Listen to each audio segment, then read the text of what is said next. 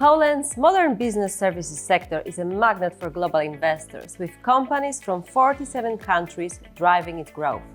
From the US to Germany, this industry exported $36.8 billion in 2023 alone, making Poland a key player in delivering world-class services across Europe and beyond. I even heard the phrase that Poland is a Silicon Valley of Europe, and other cliches like AI, machine learning. Probably this will drive the change. We are the European leader together with Spain and Portugal. Maybe let's start briefly about the characteristic of the shared services sector in the global context, where Poland stands. Quite complex one at the beginning. So definitely we are one of the leaders, not only in Europe, but also globally. There are many different contexts in which you can put being a leader or just to place some countries over the other ones or under the other ones. Definitely in terms of the attractiveness of the market, in the context of talent availability, the complexity of the talent that is available. We are the European leader together with Spain and Portugal probably right now, but also countries in the Central Eastern Europe are kicking in slightly, like Hungary, Slovakia, Romania are picking up the pace as they also want to grasp this opportunity, which definitely the sector brings. So in this context of Europe, we are definitely top three in some probably lights. We can even say we are the number one leader. Putting in the context the global perspective, we cannot compete with India or Malaysia in terms of the talent availability in pure numbers and pure volume. Obviously, it's a demographic-driven factor. So here we may be being compared one-to-one, we are not so impressive, but definitely in terms of the sensibility and the sensitivity of the processes we provide for our customers, for our clients, we are also sticking out globally. And from your perspective today, what are the biggest challenges of the sectors? There are quite a few, I would say. As every other sector, the current major challenge is probably in the relation between wages, talent availability, and the providing the service that is required by the internal or external stakeholders, right? So the efficiency of the process, the availability of the constantly evolving the technology, and the people who can actually squeeze out everything that's best out of this technology. So ever shifting demand of talents for many different sectors. This is a particularly people-driven sector, especially in Poland. We are supposed, as a sector, I say we as a sector, we are supposed to meet our clients' requirements or needs, right? And to do so, we need to both navigate through this technology and try to be also proactive in terms of providing constantly fresh and new approach to solving problems of our internal stakeholders. So I also understand that it means that Poland becomes, maybe efficient because of the productivity, but at the same time, the growing wages are a challenge for the employers and investors. So what are the consequences of this? We definitely observe shifting the less complex services to the east, where the labor cost is obviously significantly lower. We are talking like double digits in the percentage points lower wages in Malaysia, in India, etc. But on the other hand, we are actually welcoming new services, more complex, more sophisticated ones, where we are still, as a Polish market, we are still also significantly less expensive than the British one, than the French one, German one, American one. So we see this, let's say, notion of going to the right side of the map, basically, with the processes, and depending on its complexity and sophistication, they are, landing either in Europe or in Asia. But also we have to bear in mind the time zones. So some processes need to be provided in the local time of the internal stakeholders. So this also creates an opportunity for not only America but also Asia. And we are also observing the growth of the sector within Panama or Mexico, for instance, for the America's time zone, or as mentioned, Malaysia and India constantly within Asia Pacific, right? So it's a very complex matter that needs to be looked at from the high level perspective, as you can't consider the sector from the perspective of only one country or even one continent like Europe. Okay, and we also mentioned talent pool. So obviously, and you mentioned that it's a people-driven business. So when you look at this angle on Poland, is it something that Poland is distinguishes on the European market? Because of course we are obviously a big country with a lot of universities. The shared services sector I think it's also well balanced in terms of the city perspective. It means that it's not everything is located in one city like capital city Warsaw, but it's actually everywhere around Poland. Definitely, unlike our competitors in the sector for Europe, saying Spain, Portugal, or not mentioning even the Central Eastern Europe, we are well diversified geographically, right? So Warsaw actually were not even in the top 3 probably cities within Poland 6 years ago or maybe 7 years ago. Warsaw picked up in the last years, basically also observing their opportunity to be a significant player in the sector. But we have at least 5 cities in Poland that provide really comprehensive, versatile opportunity for any investor that is interested in placing their services in our country. So it creates a major advantage for the investors. So this diversity, and it's a really risk-proof and future-proof solution that is not very common to the market, especially in Europe. That's one thing. On the other hand, as you mentioned, the universities and their efficiency in producing graduates is constantly growing. The maybe level of some of those graduates. By quantity and by quality? I will stick to the quality maybe factor, as I'm not in the place to judge our university system, but definitely in terms of the quality in the areas that are of the most interest to the sector, so finance, technology, these are probably 2 majors, right? And linguistics also. We are still distinguishing and standing out of our competitors in Europe. And you obviously, you are also a recruitment company, yes? So you support... Predominantly recruitment company. Yeah. I would like to ask about, also about attractiveness, but from the employee's perspective, because obviously when you are looking for talents for your clients, do you focus on the Polish labor market and the Polish students, Polish employees, but also we see the data that it attracts or start to attract employees from other European countries, so from South, even from West. So does it mean that the sector is perceived as the opportunity for your professional development, Poland as a place to develop?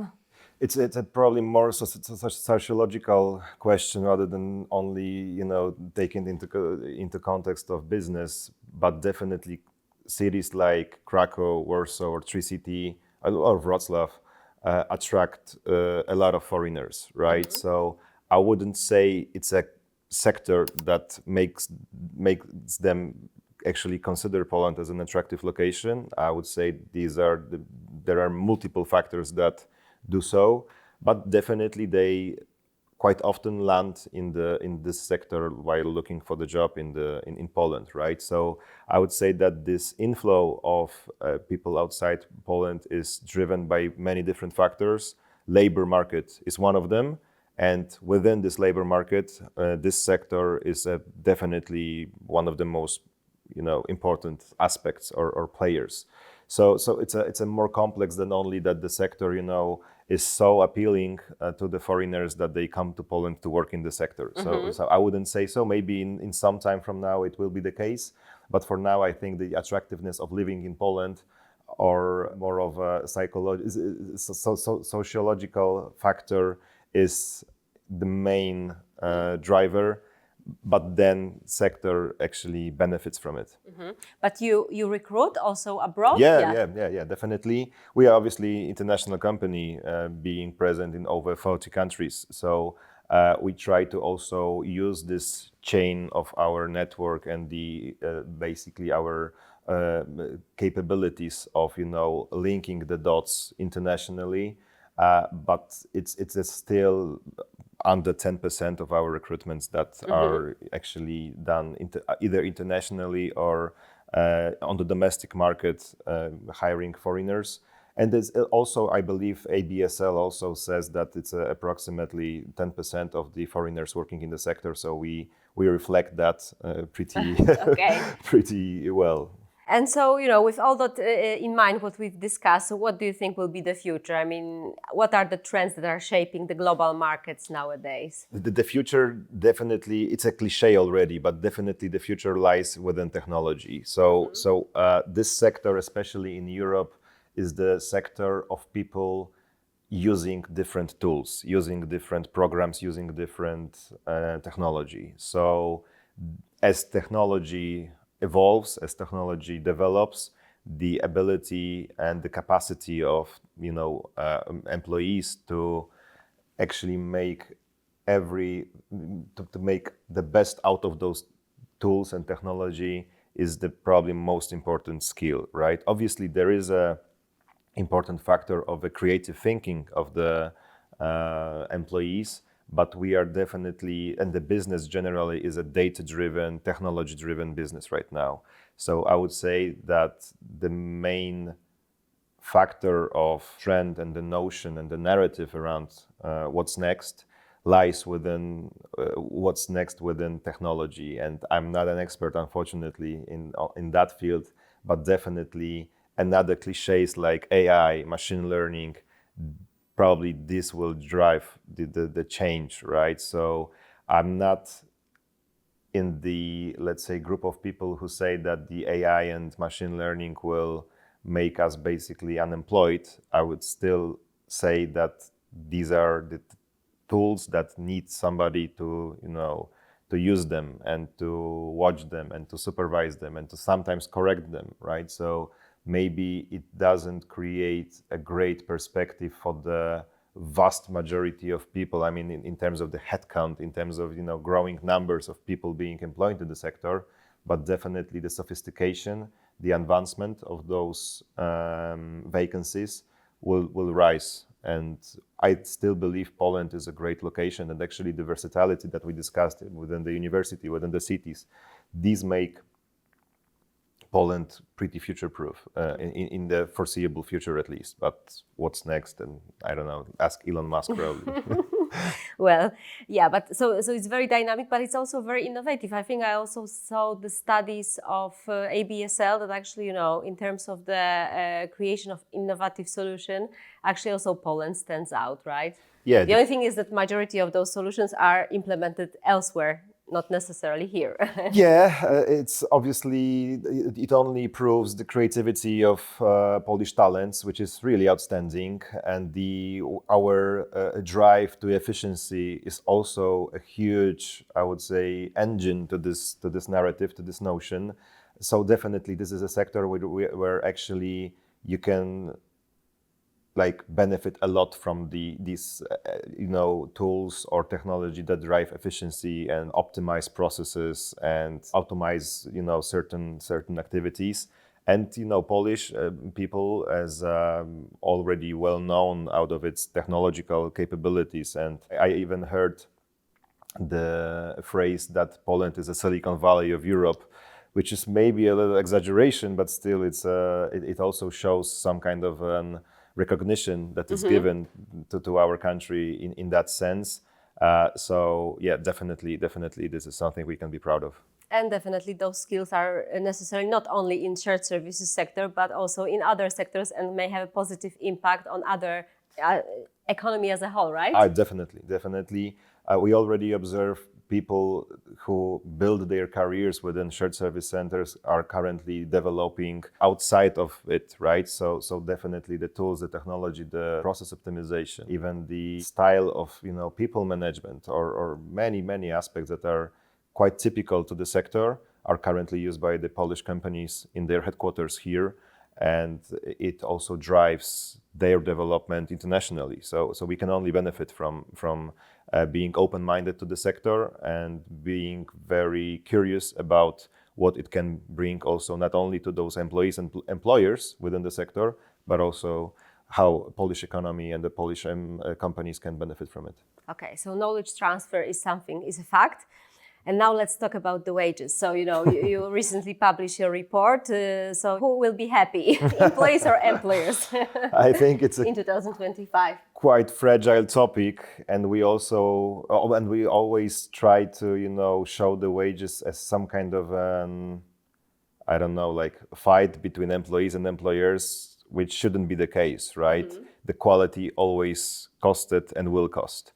And I really believe that we have to consider wages as a relation between what the given individual can, provide to what this individual needs to be compensated. And I still believe that Poland is a really reasonable country in sense of that relation. And obviously the wages are growing, maybe not as dynamically as in past years, actually. Due to the inflation and...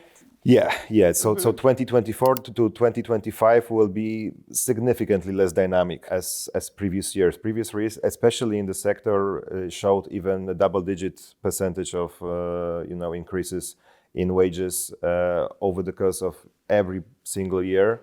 Currently, it won't be the case. The IT sector in the first probably year, or in the first period in maybe even the history of the sector, will see a really slight increase, and maybe even not in every single part of the sector any rise and any increase in wages, which was unthinkable in the past years. But still, I would consider these wages as what do employers get for those wages. And still, Poland is really attractive, it's really reasonable, because as mentioned before, we are very reliable partner to create facilities like shared service centers. Mm-hmm. So it's all about the value. Yeah. From the beginning, and I think from what you said, it's really the case that actually probably Poland took advantage and really, went from the path of the simple services to the more advanced. So now even AI seems to be maybe the factor that is not that much impactful. Yes, at least for now. Let's see what future brings, but definitely the evolution of the sector in Poland showcases really well how the entire sector changed over the course of past years. The shared service centers used to be very driven by very repetitive, simple tasks, while currently even in some cases, we don't use the phrase shared service centers, we use the headquarters extension naming, which definitely better reflects the nature of those facilities and the importance of the service being provided out of it. So I think this is also the path for the future, which is inevitable because both business and the sector wants it. AI role in that will be also pretty interesting. But as I mentioned, I'm not an expert in it, so it's a pretty tough one to foresee any kind of future. Okay, so at the end of the day, we have a win-win situation. Hopefully it will stay like this. So it's all about value, it's all about positive impact, and it's all about people. So that's how I would summarize our discussion. Perfect summary, yeah. Thank you so much for the discussion, and looking forward maybe for the summary next year to see where we are and how we stand out on the global markets. Thank you so much. Thank you so much. Thank you.